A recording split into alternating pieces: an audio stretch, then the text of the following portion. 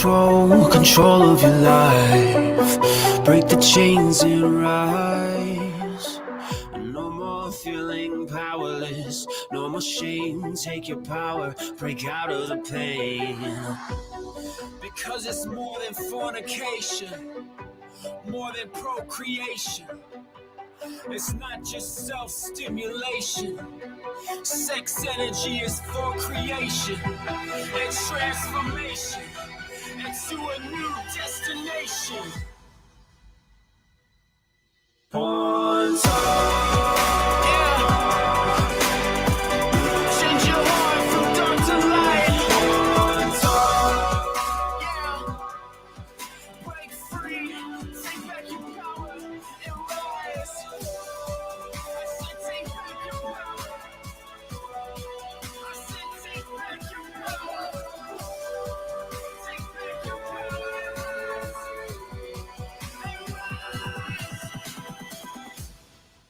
This is Porn Talk. This is Porn Talk Live. Here is your host, Eric Zuzak. Welcome to Porn Talk. This is Powerful Eric. This show is not just about breaking addictions. It's about breaking belief systems. We are bound by self-imposed and societal chains. Break those rusty, nasty old chains. Get inspired right now. Today, we're about to delve into a subject that has puzzled humanity since the dawn of time: relationships and the art of dating, sex, and of course, porn. It's like finally cracking that code you've been trying to decipher, but this time it's all about uncovering the secrets to navigating love, sex, and relationships. Get ready to be inspired as we take a journey toward a 49-year-old virgin who now's a bona fide guru, relationship guru. Joining us is Dr. Paula C. Perez, armed with a 4-step framework that's nothing short of revolutionary. Dr. Paula, a seasoned motivational speaker with over 3 decades of experience in the world of education, is on a mission to guide women and men through the maze of dating and towards the fulfilling relationships they've been dreaming of. We're diving into the realm of God's timing, cultivating healthy boundaries, and tapping into our hidden strengths. So, if you're ready to unravel the mysteries of dating while staying true to your faith, you're in the right place. Dr. Paula is here to drop some serious wisdom that will not only transform your approach to relationships, but also resonate deeply within. Without further ado, let's extend a warm welcome to our guest, Dr. Paula C. Perez, as she shares her insights and experiences on this enlightening episode of Porn Talk. Welcome, Dr. Paula. Hey, Powerful Eric. How are you? Awesome. As you know, I'm excited to delve into this topic. So tell us, of course, people with the title, the 49-year-old virgin, people are dying to know. Tell us a little about yourself. What's your story? Well, let me start by saying it was not my plan to be a 49-year-old virgin. But let me backtrack and start with my story.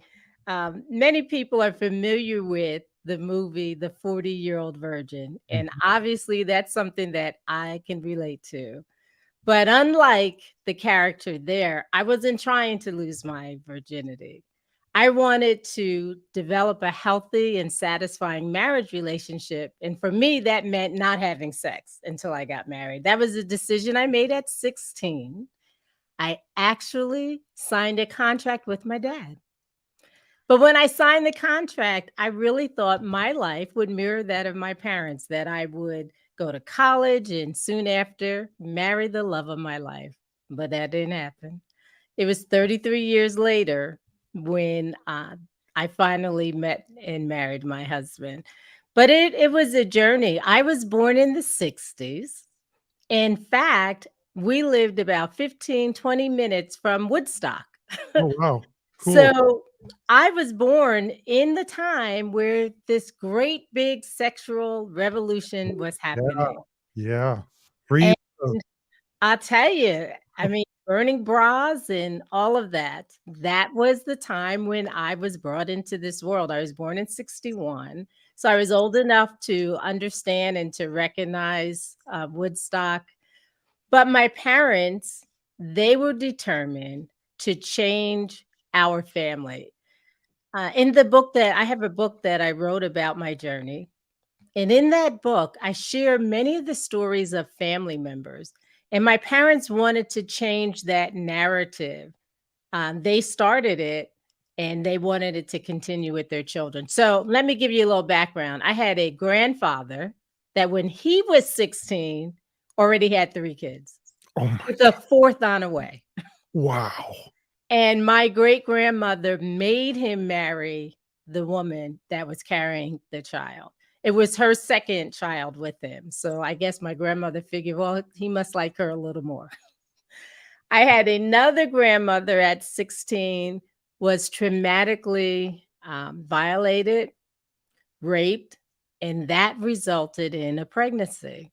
So at 15, she was raped. At 16, she had the child. Wow. And throughout our family lineage, we have a number of people that have had children out of wedlock. And my parents just didn't want that for me. So I remember at the age of 11, my mom was pregnant with my youngest sibling. And back then we had radiators, and younger people probably don't even know what they are. But it was an iron looking device that you can literally sit on, and it radiated heat.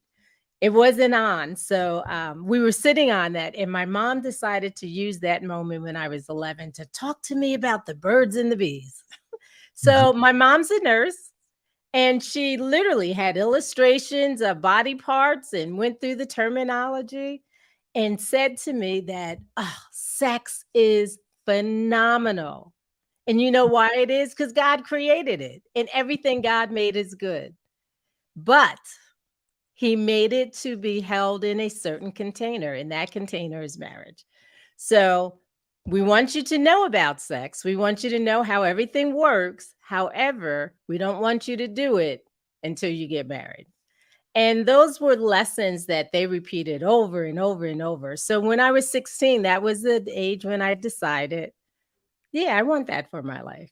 Because I watched as many cousins and aunts had pregnancies out of wedlock. And even at the tender age of 16, I realized the impact that it had on many of my cousins. Many of them didn't know their fathers. Their fathers didn't want to have anything to do with them. Others that were there, the parents, because they weren't together, they were constantly bickering, arguing. And I love children. That's one reason why I went into education. And to see the impact that that type of stress has on a child, I didn't want that. I did not want to do that to another human being. So that was why I made the decision. And it wasn't always easy. As I said, it was the 60s, the 70s. Everybody was doing it. Women were free. Birth control was easily accessible. Right. So why not screw around? Yeah. Let's have some fun. But for me, that's not what I desired. Now, there were times when I was totally tempted. I remember when I first went off to college. I've lived a very sheltered life.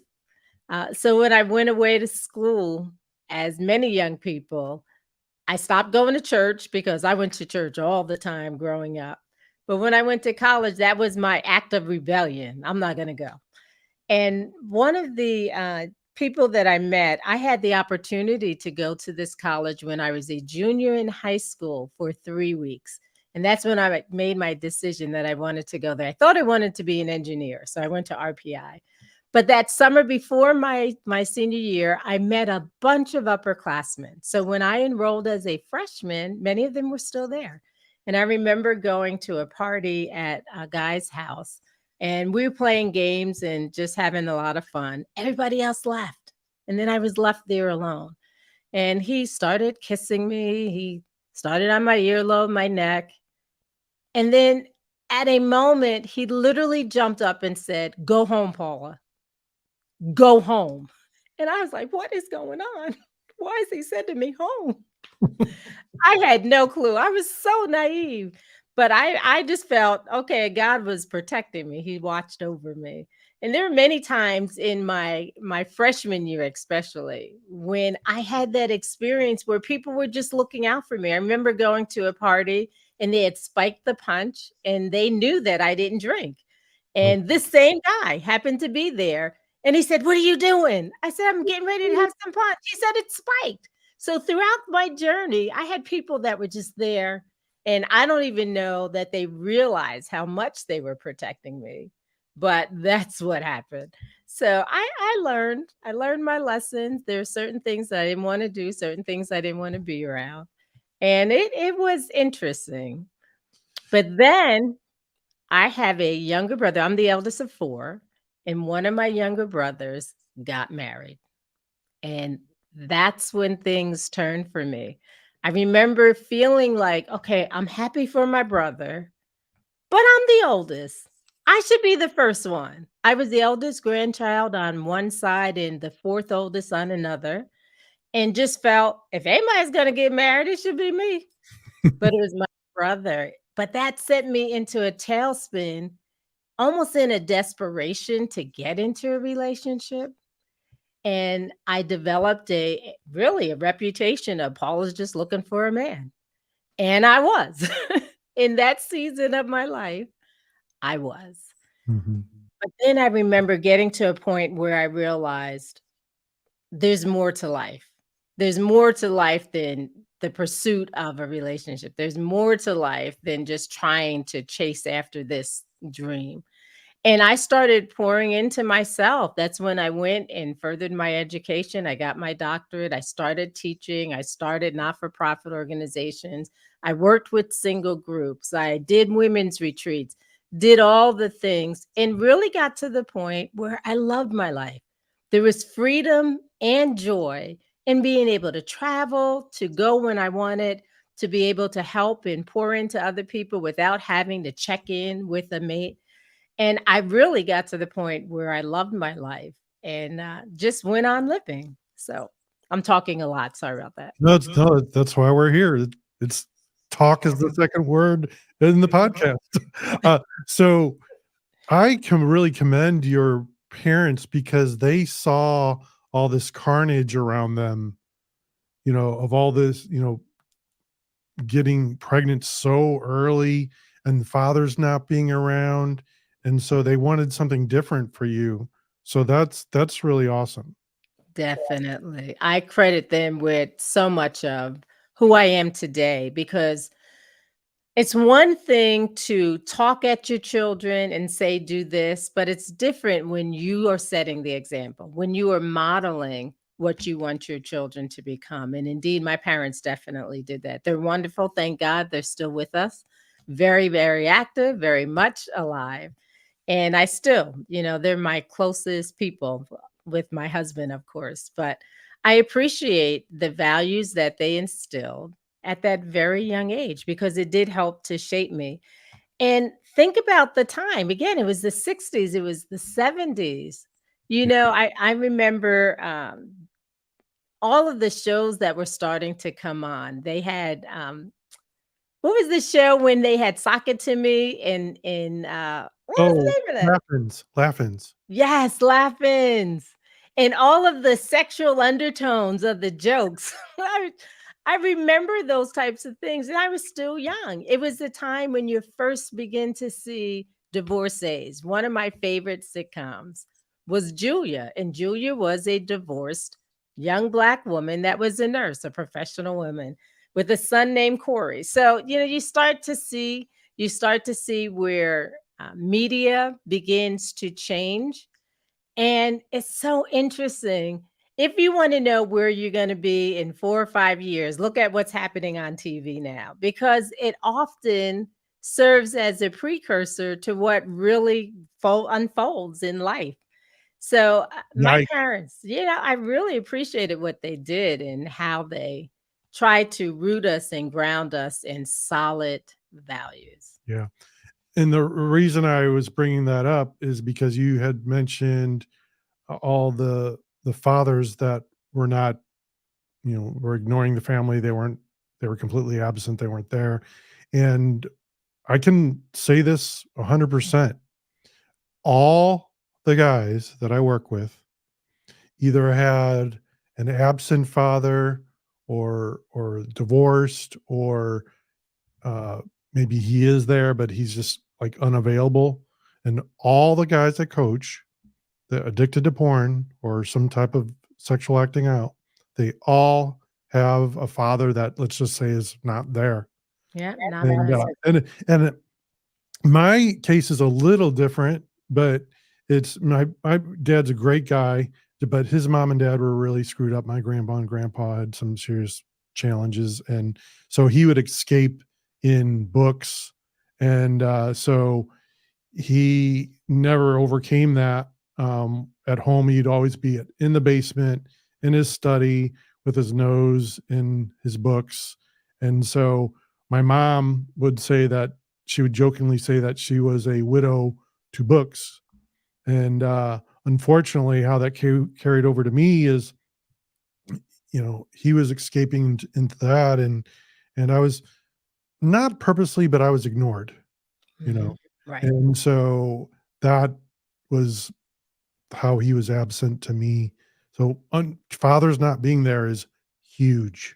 It is major. It is major. As an educator, of course, I've worked with thousands of children over the year. I was the teacher at an elementary level, and then became a staff developer for teachers, a director over 7, 8 elementary schools, and then ended my career as a principal. I was in principal of several different schools. In fact, I ended my career back at the elementary school that I attended as the principal. That's also Oh, where I did wow. all of my teaching. So it's a full circle moment. But one of the things that always broke my heart is the young people, because they start to act out at such an early age. And parents don't realize the decisions that they make have a ripple effect. And they will impact a child unless there are other safety networks around them. Not, I think about my dad's life, product of rape, father, of course, not around, um, poverty, just so many things. But because of the decisions that he made, he was able to rise above it. So I know it's possible. I know that you can literally change the lineage of a family in one generation, because my parents did it. But I also know that there are young people that have suffered. There's a study that's entitled ACEs, Adverse Childhood Experiences, where they talk about 10 things that impact a child in their developmental years. And the absence of a parent is certainly one of them. The poverty is one. Someone that's involved with an addiction disorder is another thing that can impact, and just so many things. I don't even think adults realize that what you do today is going to impact somebody tomorrow. And for me, I just didn't want that. I'm the firstborn. I tend to be the compliant child. I want to do things right the first time. And so it was easy for me. And I guess because my dad was such a phenomenal, and is such a phenomenal dad, it made it easy for me to imagine a higher power, to imagine a spiritual person, a being that was there wanting the best for me and not wanting to disappoint him either. So, many of my decisions, I believe, were made because of the grounding that I got, because of the teaching, because of the network of people that I surrounded myself with. And I know that it's possible, but it's even more challenging today.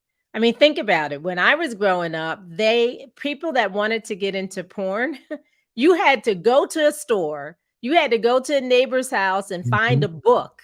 Yep. Yep. But it's not that way today. The kids, you click on the wrong button and you're exposed. Yeah. And because of the addictive nature of sex, I mean, That was the purpose. The purpose of sex was to connect you with another person. And that's why being in marriage, that's a wonderful thing. You want to be glued to your spouse. You want to desire to be with your spouse in a sexual way. But when you do that outside of those confines, it really does have an impact. And I think about the number of children today that are exposed to so much so early. People say, "Oh, well, I'm not going to have TV. I'm not going to put cable." You don't have to today. Anything you want to see, you can see on your phone. Yeah. The other day, I was talking to someone about digital screens, devices, all those things. And he said he has two young girls. And he said, "Oh, I hate all that stuff." And what I said to him, I said, "Well, I don't give it to my kids. But they don't have it. I have a 4-year-old and an 8-year-old. They do not have an iPad. They certainly don't have a phone. We do watch TV Mhm. at our house. We they don't get them." Exactly. I mean, it is so easy. You look at poor babies that have an obesity problem. Well, they didn't go to the store and buy the food. They didn't go into the refrigerator and make the food. An adult did that to them. Yeah. So, as adults, we have so much more power than we often choose to exercise. And I applaud you for not putting that in a kid's hand. They don't have the maturity, the mental capacity to put restraints on the use. And I see so many parents that use the phone as a babysitter, Yeah. as a pacifier. Yeah. And again, I can't even imagine the stories that will unfold as this generation gets older and they start to share, well, mommy didn't know it, but when I was 5, mommy didn't know it, but when I was 8, I Mhm. saw this. I tried this. And yeah, I feel for parents that are raising children in this generation. It's just a very different world. Yeah. A friend of mine, this was some time ago, she said her and her granddaughter were looking up Disney stuff online, and they put in Disney princesses, and the little girl clicked on whatever, and it was porn. And so, like, people say, "Well, I'm not, my kid is not into that, or she wouldn't, look at that stuff." Well, they're going to stumble across it accidentally, at least, and definitely the friends are going to show it to them. Exactly. So you have to have that conversation um, about pornography. It's going to come up. I mean, it's ubiquitous. It's everywhere. And you even think about the video games and all the back doors that are in these video games that are leading kids to pornographic sites. It is definitely out there. And it takes guidance. It takes an adult being involved to help um, navigate and help their children to know which direction. And many times when we do something that's wrong, that we have that feeling in the pit of our stomach. We have that sense of guilt. We've got to teach our children to lean into that feeling. And whenever it arises, to go in the opposite direction. That means you shouldn't be doing it. That means leave it alone. So yeah, there's a lot to do. And again, my heart goes out to parents. Yeah, yeah, it's certainly challenging to say the least. You had mentioned earlier when we were talking about fatherless kids and them acting out at school. One of the ways of acting out, and it's well, usually solitary, is pornography. Mhm. What are some of the challenges that you saw with all the kids that you taught? What were some of the challenges that? Oh my goodness. Especially my last 2 years as a principal. I started to see this younger and younger. My building was a pre-K through grade 4 school, roughly 350 kids. Mhm. And I remember that year having 5 kids in particular that were always on my radar. They were always acting out. They were always getting in trouble. And the types of activities that they were doing were usually sexual in nature. Really? Yes. Yes. Trying to do sexual acts on another child. Oh my gosh. Exactly. What you're talking about right now, that is like the new thing now, because these very, very young kids are watching porn, Yes. and it is they're trying to imitate it with another kid. You got it. Oh my gosh. You got Oh, it. you have So the oh, lessons that we had to teach, my nurse and I were constantly trying to do good touch, bad touch. You shouldn't be showing anything that your bathing suit can't cover. I mean, just it was heartbreaking. So I know that there's serious problems. And many times what blows me away, people assume that this is just a male issue, that this is a problem that just guys deal with. But I know for a fact women that are struggling with addictions as well. mhm, And again, because of the ubiquitous nature, many times they've gotten into relationships where their partner, that's what they want. And they think that will enhance their sexual experience if they imitate, if they watch and try to replicate what they're seeing on the screen.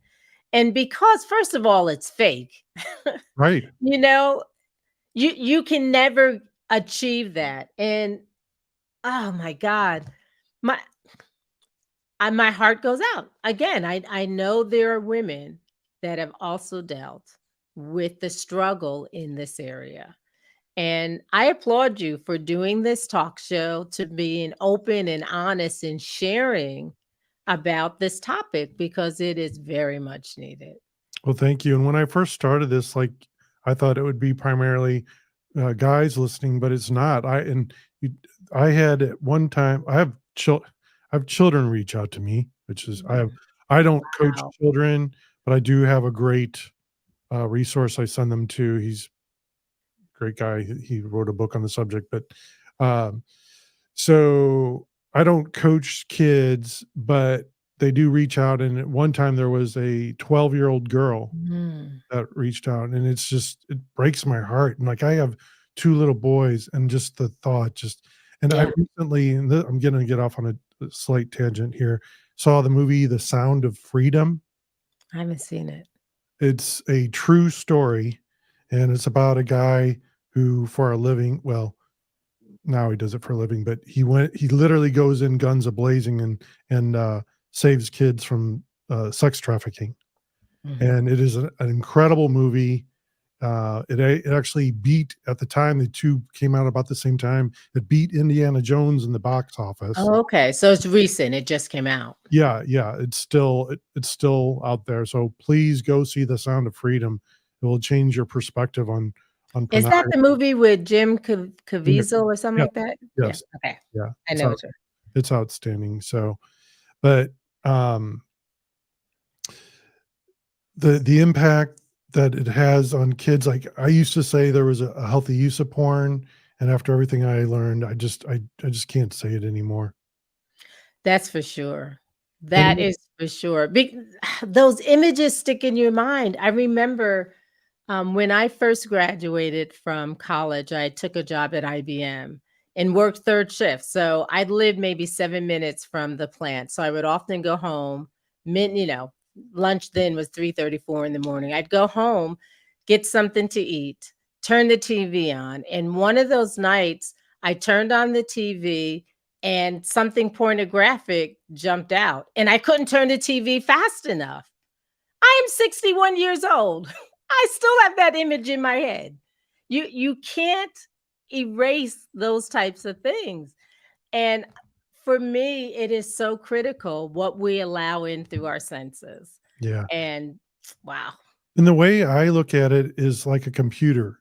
They always say with programming, garbage Yes. in, garbage Garbage out. out. Yeah. And we're pouring all this garbage into our mind. So in some way, shape, or form, it's going to come out. Mm-hmm. Yeah.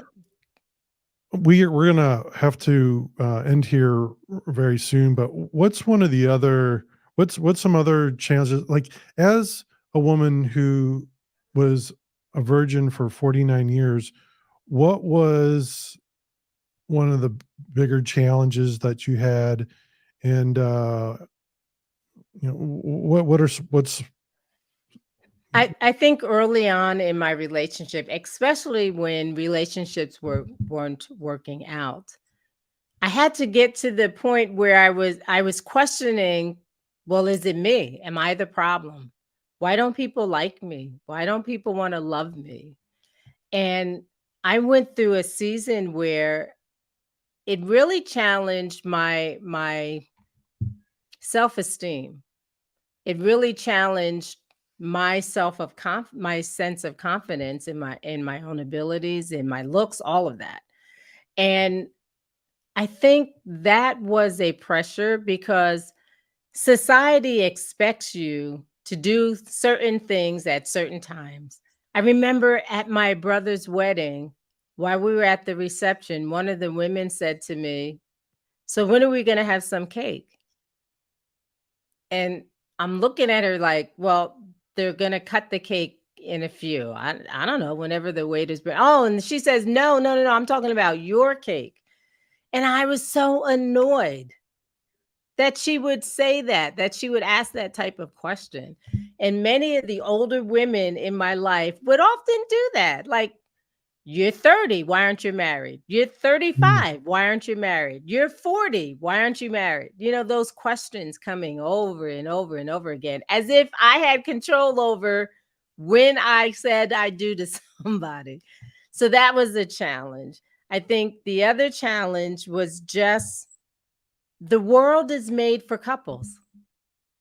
The world is made for married people. You think about rates for hotels. You don't get a discount because you're single. If anything, you're paying more.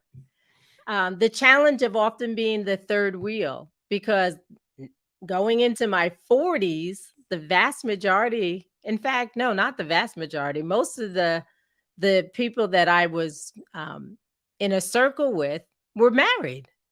So then what do you do with your single friend as you have these married couples going off and doing things? I remember my sister-in-law planning a Valentine's event and inviting someone else that was not married, but she didn't invite me. And she said, "Well, you're not with anybody." And I was like, "Well, I could find somebody to to go to it." So just feeling left out, feeling like what's wrong with me? And yeah, for yeah. me, one of the things that I did, I got into videography at a very early age, in my early 20s, and partly because it was an excuse to be in the presence of people, but not on the receiving end of the questions, because I had the camera. I was the one asking the questions and diving into their lives and what was going on. So it allowed me to be there, but not feel so uncomfortable because I didn't have a plus one. One of the things you said was, "What's wrong with me? What's wrong with me?" And I know I certainly can relate to that question, "What's wrong with me?" Because I didn't get married till my 40s too, and what's wrong with me? And sometimes instead of going out to the real world, I would just escape into pornography. Mhm. So those are some huge challenges, being single later in life, and we've brought up a lot of the challenges and problems, but on Dr. Paula is going to be with us on the next episode, and we'll talk about some of the solutions. So, Dr. Paula, I appreciate you being with us on this first part of the episode, and we'll look forward to having you back here shortly. I look forward to it. We'll see Thank. you for part two. All righty.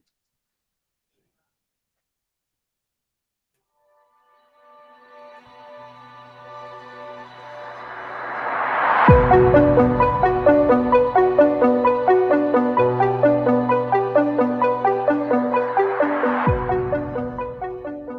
you struggling with porn or sex addiction? Then apply for a free strategy call with Eric today at powerfuleric.com.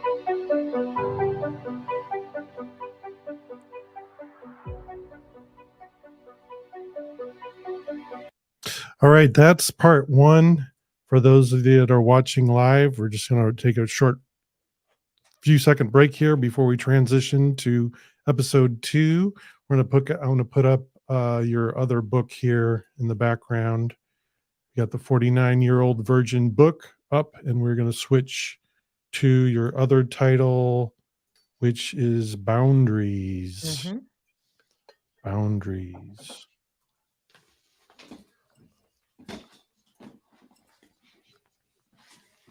Just moving. Alrighty. Okay, I got your book Boundaries up. And we will start segment 2. All righty. All right. Get my notes.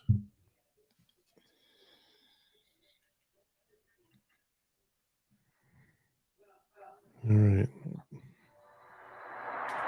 Take control of your life. Break the chains and rise. No more feeling powerless. No more shame. Take your power. Break out of the pain. Because it's more than fornication, more than procreation. It's not just self-stimulation. Sex energy is for creation and transformation into a new destination. On top, yeah. Change your heart from dark to light. On top, yeah. Break free, take back your power and rise. I said take back your power. I said take back your power. Take back your power and rise.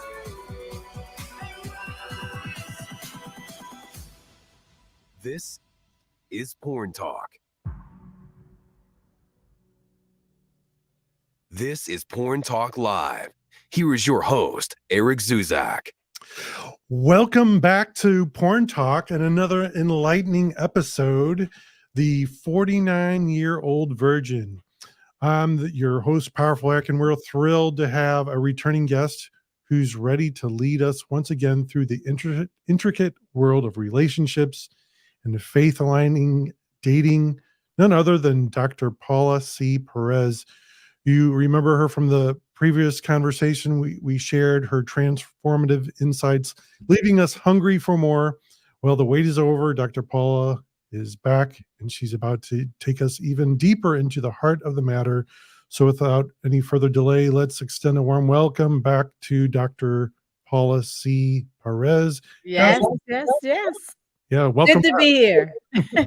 Thanks for having me. Absolutely. So we talked about a lot of the challenges being single later in life and pornography. So let's talk about solutions.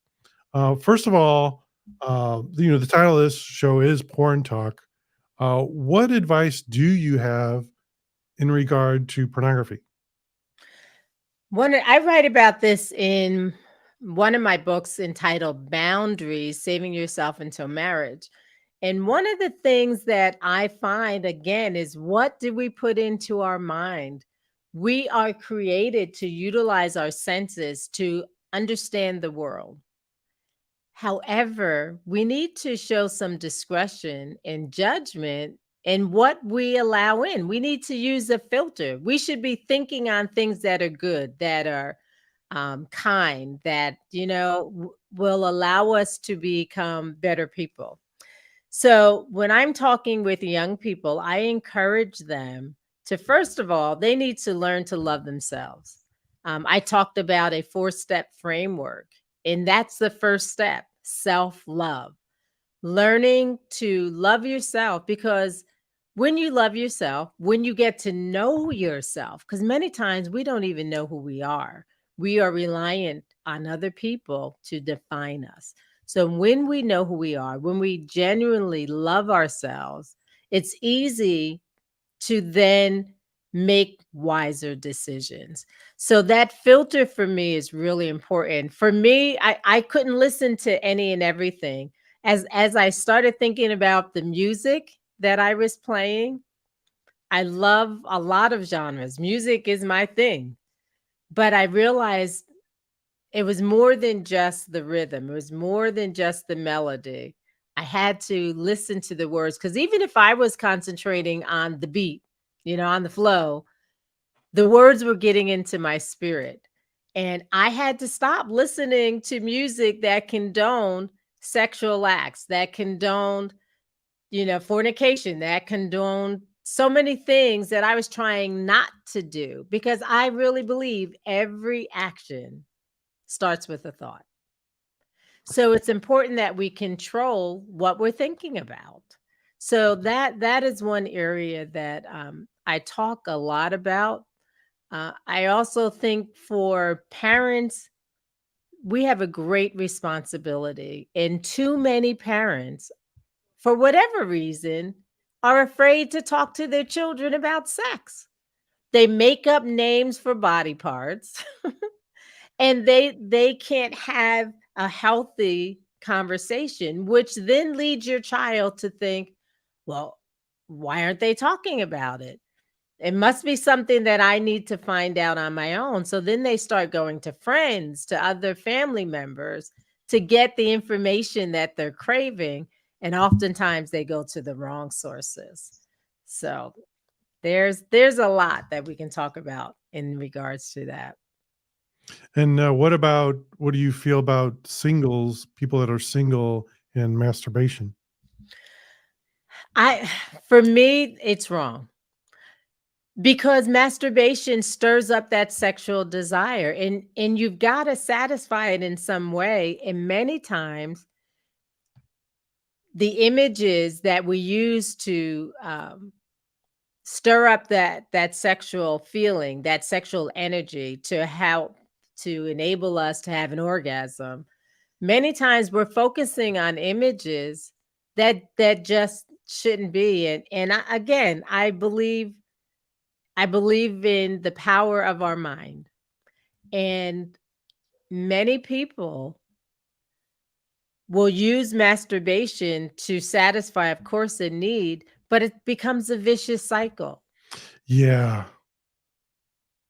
It becomes a vicious cycle. And rather than awakening that drive, rather than feeding it, it's easier not to turn it on. Yeah. It makes it easier to for me, that was dating God's way. So it was easier for me not to stir up those feelings, not to stir up those emotions. And when I was doing something that did, it let me say, okay, I need to leave that alone, because I couldn't righteously fulfill the desire. I knew I was committed to not having sex until I got married. But I also didn't want to have the frustration of being stirred up sexually and not having an outlet. So I really believe it's a vicious cycle that as a single I couldn't satisfy. So rather than go there, I just left it alone. I just felt it's better not to stir it up. And I would often say to my single friends, how can I miss something I haven't experienced? For many of them, they had been sexually active and were trying not to be. But because I had never stirred up that part of my body, it was easier. Yeah. Not that there weren't temptations, but it was certainly easier. Yeah. There's so much wisdom in facing masturbation that way, because it's certainly easier just not going there at all. Because now, with pornography, I do not believe there's a healthy anymore. I don't believe there's a healthy use of porn because of, like, let's just say it could be healthy. Well, then what about the people that are making it, that are on the other side, that have been Correct. sex trafficked and drugged to, perform? To do it, Is yes. it healthy for them? So, so I don't believe there's a healthy use, but with masturbation, I think there can be a healthy use of masturbation, but I totally agree with you that you are kind of opening Pandora's box, and that, Exactly. you And know, that's good analogy, Pandora's box, definitely. because, if you keep going, then you can't stop, and you can it then can lead to pornography. And Correct. so, but brings me to boundaries. So, Mhm. how did you maintain your boundaries? Well, boundaries is actually an acronym, and I wrote about it in this second book. It's entitled Boundaries Saving Yourself for Marriage. And there's actually, Eric will drop into the show notes a link for this acronym so that you can have it. But it talks about believing in yourself and believing in God, obeying his principles, understanding his word, and normalizing doing things his way. In the book, I say no wed, no bed. The importance of discipline and self control, of surrounding yourselves with accountability partners. So I go through each of the letters and talk about ways that we can use biblical principles to help keep us, to help save us. And one of the big parts is accountability partners. I don't think people realize the power of having someone walk alongside you to do life. And for me, again, I had a great set of parents, but I also had a network of friends that really loved and supported me. So when I had challenges, I could go to them. I could filter my thought processes and what I was thinking about doing through them. And the beautiful thing was they would call me on my stuff. Many times we will go to friends that are yes people. They're going to tell you what you want to hear, but it's important that as you think about accountability partners, that you get people that will call you out, will say, no, you shouldn't do that, or he's not the one, or "No, don't go there. And where were you last night at 10 o'clock? Did you park?" All of that stuff. So I just believe that boundaries is a safety net to not only help keep you safe, but to also enhance the relationship that you enter into. I had such freedom in my sexual experience with my husband because he was the first and only. I wasn't bringing the baggage of, well, he didn't do it like this one did it. Or, he's not as good as that one. I have no other experiences. So to be able to share such a beautiful expression of love with the one person in my life, for me, has been a gift. And I credit waiting till we got married for us to do that. Um, there's so much that we can do to help support our children, to help support other singles, to be able to live with constraint, to be able to live within the safety of boundaries. And in the book, I go into great detail with each of these. And the book is designed as a study guide so that it gives you reflection questions, it gives you some assignments, things to reflect on, things to write out. And a lot of people that have read the book have written back and said, I wish I had this when I was younger. The book she's referring to is Boundaries: Saving Yourself Until Marriage, Dr. Paula C. Perez. Yes, yes, Yeah. yes. And in the book, I start the book with before I go into the meat of the book, I have a poem. And in the poem, I say, boundaries in relationships is a guide to remain celibate. It's a journey through love where one should never hesitate to set limits and to protect your heart, a path of self discovery, perhaps a fresh start, a time to reflect, to understand what's true, a time to find peace in all that you do, to recognize the limits, to know what you need, and to stay within the lines where true love can succeed. It's not always easy to stay on this course with temptations and desires that could cause a divorce. But from the principles, the values that you hold so dear, with strong boundaries, your love will remain sincere. So hold on tight to the path you have chosen and never let go of a love that's not broken. For with strong boundaries, your heart will remain pure and your love will flourish forever to endure. So trust in yourself, trust in God's love, and never compromise the blessings from above. For with strong boundaries, your love will shine bright, a beacon of hope in a world of darkness and night. So I start the book off with this poem as a Love that poem. source of encouragement that it's worth it. It's really, really worth it because when we live outside of boundaries, somebody's going to get hurt, either you or someone else. Yeah. And those violations ripple into our relationships. And to safeguard your relationships, it's always best to stay within the boundaries. I love that poem. And you, before you did the poem, you talked about accountability. And if someone's to the point of being addicted to pornography or masturbation or compulsive sex, trying to do that on your own is virtually impossible. It's to Impossible. the Yes. point of addiction. So having an accountability partner is crucial and critical uh, to move forward. But so boundaries, what boundaries did you put in place that led you to a healthy marriage?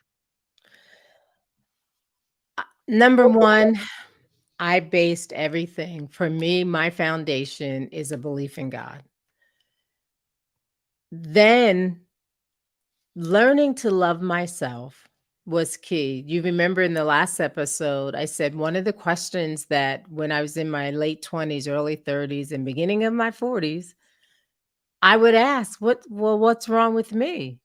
Why won't somebody love me? And I realized that I needed to love myself. I needed to be confident in who I was. I needed to be comfortable being alone. So I poured into myself. I tried to become the best person, the best version of myself that I could. I wanted to become the person that I was looking for, that they would be looking for. So, in other words, I wanted to have the character traits, I wanted to have the values, the belief systems that I was looking for in someone else. Because how can we demand that of someone else if we're not doing it ourselves? So, that's one of the things that I did. And then I think again, we talked about the accountability, but that network of friends, it's important that for me that I surrounded myself with people that had similar values. You know, we hear the saying, birds of a feather flock together. So I realized if I wanted to stay on my road of celibacy, that I needed to surround my people that surround myself with people that thought in the same way that I did. So it wouldn't be a clash, wouldn't be a challenge. And I would not even entertain guys that did not have that belief system.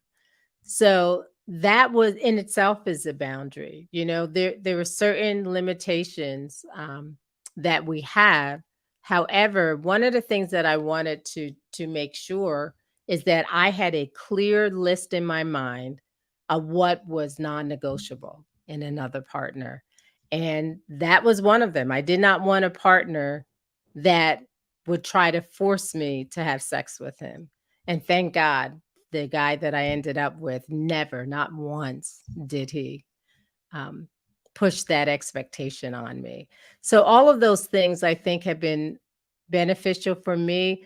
Again, our mind is so powerful. So again, trying to filter what I take in was very important. And I wanted to make sure that whatever I allowed in my body, whether it was food, whether it was thought, whether it was music, all of it, that it would help me in achieving my goal. So for me, alcohol was not even on the list. I would not did not have a desire because I saw too many people that when they were drunk, when they were stoned, that's when things happen. Mhm. Our inhibitions are gone. We half the time don't know what we're doing. And I did not want that experience. I had too many friends when they allowed their inhibitions to go, that's when things happen. And I wanted to have my wits about myself so that I can make informed, wise decisions in the moment. Very wise. So, waiting 49 years for your first to have sex, what lessons have you learned from your promises being for your promises being delayed? Ah, good question. I think the biggest lesson is that because I believe in God, because I believe in Jesus, I know there's a verse that says, I know the plans that I have for you, plans for hope to give you a future. So I knew God had the big picture in mind. So in my waiting, I needed to trust that he had my best at heart, that he knew the plan, that he knew the destination that he wanted to get me to. And when I was ready to receive, when I was ready to move forward, that's when the promise would come. And for me, it was a matter of faith.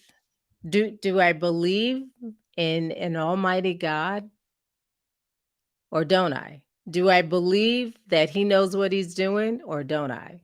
So that's faith. That's trust. And for me, I needed to trust in his perfect plan for my life. And I believe just like a loving parent, we don't just give our children anything and everything. There's times when we know they're not ready to handle it. You're too young. Just like you talked about not giving your 4 and 8-year-old telephones, iPads, because they're too young. I really feel that God does that with us as well. There's lessons that we need to learn. There's a place we need to be to receive the blessing, to receive the gifts. So as I made sure my priorities were in the right order. In the first episode, I talked about I went through a season where my life was driven by finding a guy. I'm going to find him. I'm going to make sure that he sees me. I'm going to make sure that I get his attention. That became my God. It took priority to the true and living God. So once I've corrected that order and put my priorities in the right place, that's when things began to unfold for me. And I remember a year before I met my husband and we started dating, I felt like I was going to be married. And I said, in fact, to a group of single friends at a retreat that I was sponsoring, you know what? I feel like I'm going to be married within the year. And I believed it so strongly that I started getting ready. I started putting money away for a wedding, and I wasn't even dating anyone, but I put money aside for a wedding. As a young person, I had braces. That's a whole nother story. But when I took my braces off, I didn't wear the retainer. So a gap had formed. I went Mm. to the orthodontist and got my teeth straight because I wanted to be picture ready, camera ready when the time came for my wedding. I did all of those things. I got myself in shape. I started working out, all of that because I believed it that strongly. And talking about manifesting what you want in your life, I literally wrote it down. I shared it with a group of people and walked in such a way that it happened. I met my husband. He saw me. And that's I write about this in the memoir, 49-Year-Old Virgin. I started out talking about a day when I felt driven to go to a program that my dad was in charge of in the city. And I overslept, so they left me. But I felt I needed to be there so badly that I called around and got a ride. It was about a 2-hour drive, and one of my uncles was going. So that was the day when I was revealed to my husband to be. He said I walked into the facility, and it was almost like the light shone behind me, and God was saying, "She's the one." And from that point, we went on our first date the following Saturday, and we were married 4 months later.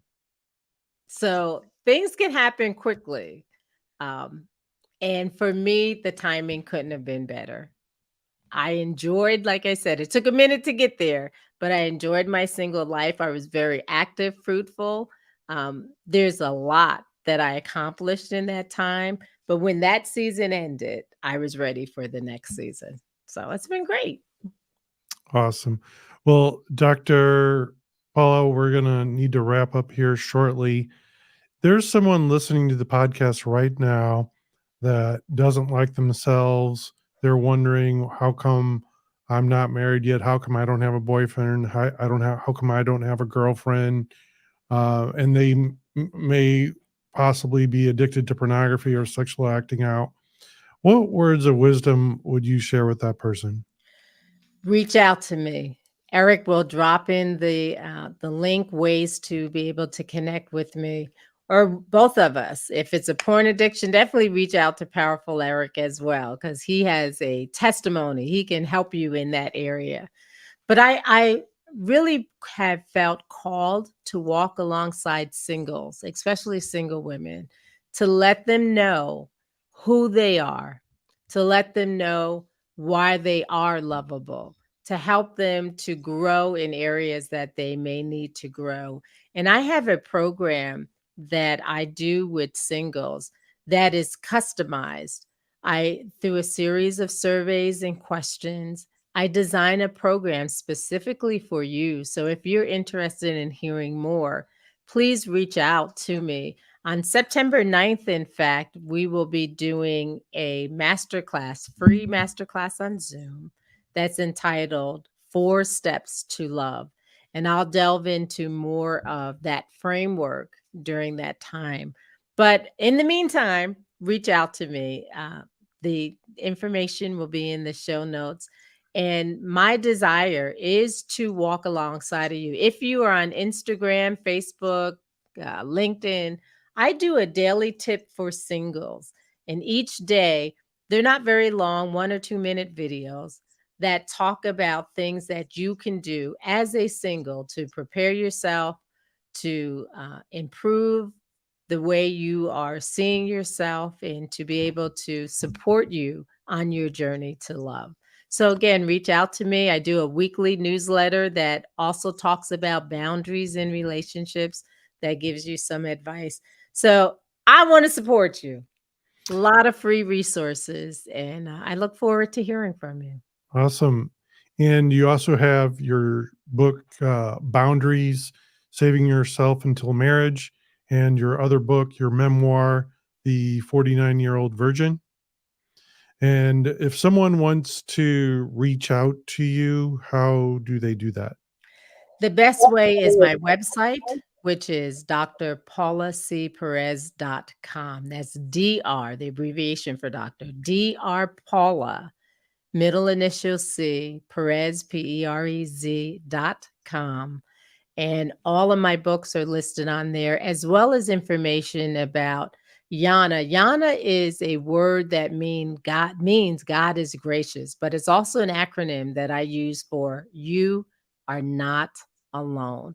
And I want you to know there are people that have been where you are, but we can help show you how to get to a better place. So reach out.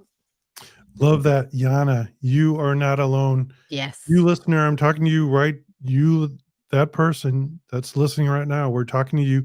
Remember, you are not alone. Reach Yes. out for help. All right. Well, there you have it, folks. Another enlightening conversation with the incredible Dr. Paula C. Perez here on Porn Talk. We want to extend our heartfelt gratitude to Dr. Paula for gracing us with her transformative insights on relationships, dating, sex, faith. And remember, the wisdom she shared doesn't end here. If you're hungry for more guidance on navigating the path to meaningful relationships, be sure to explore our previous episodes and stay connected with the empowering content we have in store on the podcast. And thank you for being a part of the podcast community, and stay tuned for more inspiring conversations on Porn Talk. And I'm going to close with this quote from Zig Ziglar, who says, "You are what you are and where you are because of what has gone into your mind. But you can change what you are and you can change where you are by changing what goes into your beautiful mind."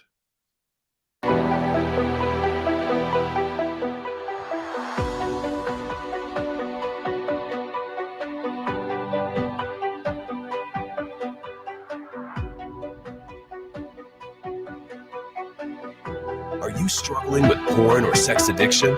Then apply for a free strategy call with Eric today at powerfuleric.com. Are you struggling?